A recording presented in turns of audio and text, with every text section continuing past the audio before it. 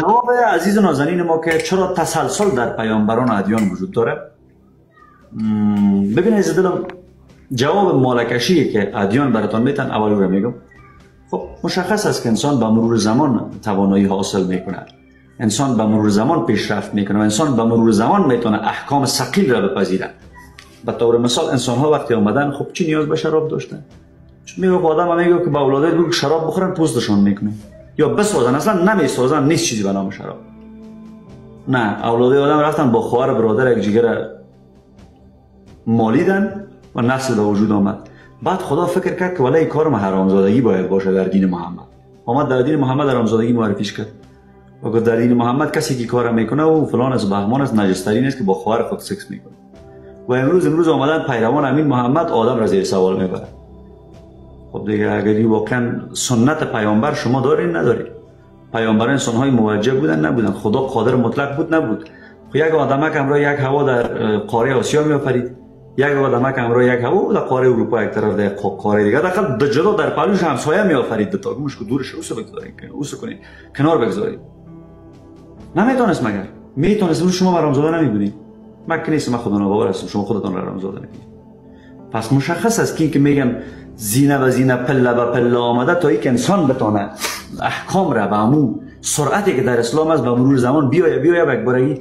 یعنی چی؟ یک کسی در زمان اسلام تولد شده اگر احکام قوی باشه به او قوی است، اگر ضعیف باشه به او ضعیف است. چی ربطی داره به اینکه پدرش چی کاره بوده؟ پس این مالکشی است. بنابراین ادیان توسط آدم‌های متفاوت، جاهل‌های متفاوت، انسان‌های بیشعور متفاوت در طول تاریخ ساخته شده و هر کدامش به خاطر خود، به کیفیت قوم خود و محدودیت‌های قوم خود و علایق جنسی قوم خود آمد هوری وعده کرد، سکس وعده کرد. به چی چیز خوش داری؟ شیر. مرد عرب و زمان چی میخواست؟ آب سرد، شراب، بچه بازی، دختر بازی یا زنک بازی. قرار گفته خودم اینا که در جامعه زنک بازی میگه. آمد محمد عمود یک بهش برش ساخت. پس بهش به عرب عمو آمده، تنها مخصوص عرب است و ربطی به ما نداره.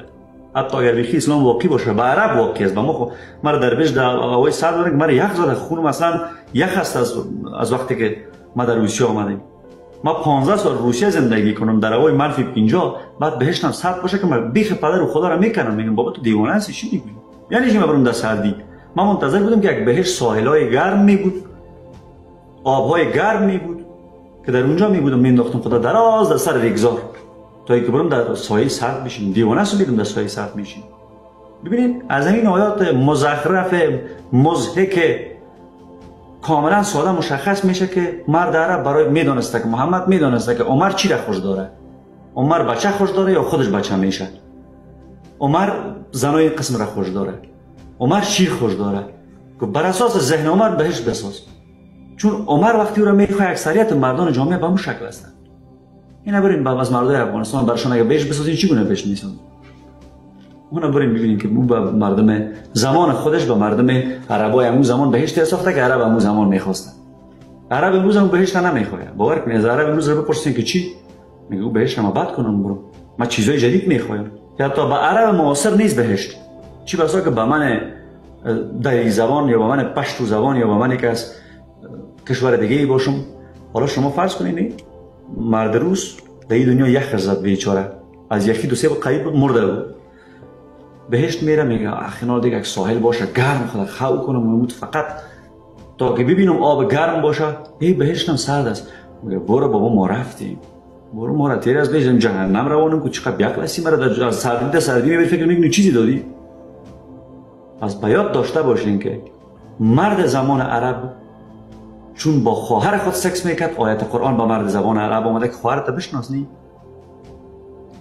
مادر معاویه را قصه کردم براتون. غنمه دختر غانم چی گفته بود؟ گفته بود من سند دارم که معاویه با 40 تا مردم مادر معاویه با 40 تا مردم خوابگی کرده. دیگه در اون جامعه که اسلام من بیه خب چیز جدیدی نیست دیگه، یعنی چیز عجیبی نیست. اونا مادر خود را نمیشناختن. عمر خودش اقرار کرده که ما دخترم زنده به گور کرده. فردی که دختر خود را به زنده به گور کرده آمده مسلمان شد، اما فردی که به مردم کمک کرده نامده مسلمان شد. فردی که دزد مشهور به نام مغیرة ابن شعبه آمده مسلمان شد. افراد خوب نیامدن. نضر ابن حارث چرا مسلمان نشد؟ یا به طور مثال زن با شرفی به نام ام قرفه فاطمه دختر ربیعه چرا مسلمان نشد؟ رفتن کشتنش، پایش در شترا بسته کردن، پارهش کردن. چون مسلمان نمیشی تو؟ پس کسایی که به اسلام آمدن، اون مردای اولی که مسلمان شدن، بریم بخونیم ببینید که چه کسا آمدن مسلمان شدن. امروز بدونید که چه کسا مسلمان هستن. یعنی ماهیت یک مسلمان را، مسلمان امروزی را، مسلمانی را که واقعا پیرو قرآن و سنت باشه، از کجا میشه شناخت؟ این که خودش را نشناسیم کنارش بگذاریم. بریم ببینیم نخستین کسایی که به اسلام علاقه پیدا کردن چه کسا بودن. داز چاره شرعی از زیر دارگریختگی آقا پدر و مادر. ابوذر غفاری کی است؟ چیکار از زنش کیست؟ سلمان فارسی زن داشت، اولاد داشت. تمام اصحاب محمد این مشهورش زن اولاد تا وقتی که پیش محمد کنیز نگرفتن، بعد از ام فلانی ام فلانی ام فلانی یا فلانی فلانی ابن فلانی ندارن دیگه. اینا این خانواده و شجره ندارن. اینا ابوذر غفاری از کدام قبیله بود؟ یهود بنی غفار. برید یک سرچ گوگلی کنین در مورد یهود بنی غفار. پای پاک دزد بود این قبیله. پس اسلام برای دزد و یاغی و باغی و از زیر دار گریختگی آمد. بعد دیگه کس نامد. این متوجه باشین و یاد بگیرین از این مسئله، از خود این دین که پیروانش باید چگونه باشه. التشکرات مافی.